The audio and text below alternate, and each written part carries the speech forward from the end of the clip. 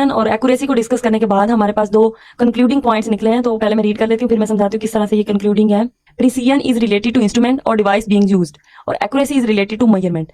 जो प्रिसीजन है उसको हमने जितना भी पढ़ा, जितना भी समझा, उससे हमें ये बात समझ आई कि वो इंस्ट्रूमेंट से रिलेट करती है। यानी कि क्योंकि हम पीछे पढ़ के आए हैं कि जो हमारी प्रिसीजन है वो एब्सोल्यूट अनसर्टेनिटी पे डिपेंड करती है, और जो एब्सोल्यूट अनसर्टेनिटी है वो लीस्ट काउंट पे डिपेंड करती है, या फिर यूं कहें कि वो लीस्ट काउंट ही है, क्योंकि हम लीस्ट काउंट को ही एब्सोल्यूट अनसर्टेनिटी कह रहे होते हैं। तो प्रिसीजन इस हिसाब से इनडायरेक्टली हमारे इंस्ट्रूमेंट पे या फिर डायरेक्टली हमारे इंस्ट्रूमेंट पे डिपेंड कर रही है, या फिर उस डिवाइस पे जो हम इस्तेमाल कर रहे हैं। और जो एक्यूरेसी है वो मेजरमेंट पे इस तरह से डिपेंड कर रही है, क्योंकि हम एक्यूरेसी में ये चीज चेक कर रहे होते हैं कि हमारी मेजरमेंट कितनी, उसमें कितनी अनसर्टेनिटी कम आई है, या उसका आंसर कितना ज्यादा ओरिजिनल वैल्यू के करीब आया। तो ये हमारी मेजरमेंट, इसका कोई भी इंस्ट्रूमेंट से ताल्लुक नहीं है, या अगर कहेंगे है भी तो डायरेक्ट नहीं है, इसलिए ये ज्यादा मेजरमेंट पर डिपेंड कर रही है। अब इन दोनों चीजों को अच्छे तरीके से समझने के लिए यहाँ पर मैंने एक एग्जांपल डिस्कस किया जो आपकी बुक में भी है, और इस एग्जांपल को समझना इसलिए भी जरूरी है क्योंकि आगे जो एक्सरसाइज में न्यूमेरिकल्स हैं वो इसी टाइप के होने हैं। तो ये कंसेप्चुअल टॉपिक है एक, और इसका कंसेप्ट भी क्लियर होना चाहिए।